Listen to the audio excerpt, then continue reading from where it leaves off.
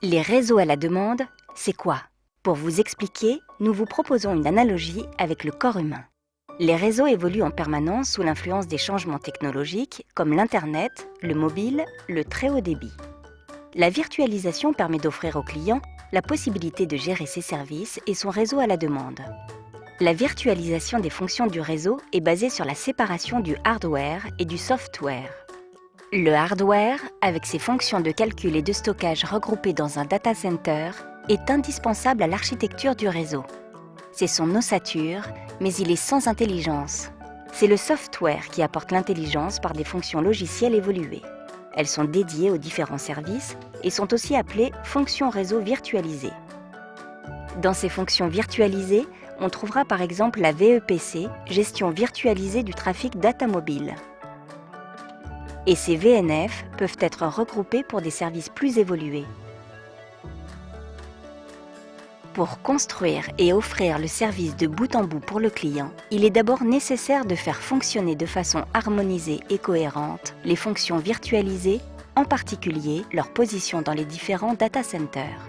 C'est le rôle de l'orchestrateur.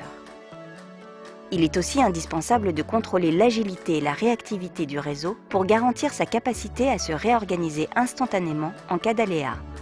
Ce contrôle et cette orchestration permettent l'automatisation. Ces caractéristiques permettent d'offrir du service et du réseau à la demande, activable instantanément à tous nos clients.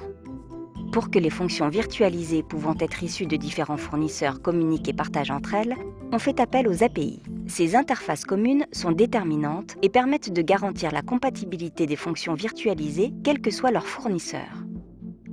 Elles rendent également possible l'intégration des partenaires tiers, comme des startups agiles et dynamiques qui peuvent renforcer notre compétitivité. Orange peut adresser plusieurs marchés de façon différenciée en utilisant des VNF spécifiques. Différentes VNF peuvent être exécutées sur les mêmes infrastructures techniques et immobilières dans un data center. Ces infrastructures peuvent être mutualisées à l'échelle de plusieurs pays ou même de plusieurs opérateurs. Avec la virtualisation, on évite le surdimensionnement des infrastructures et la capacité du réseau s'adapte en temps réel. Grâce à ces fonctions évoluées, nos clients, quels que soient nos marchés, consomment uniquement selon leurs besoins.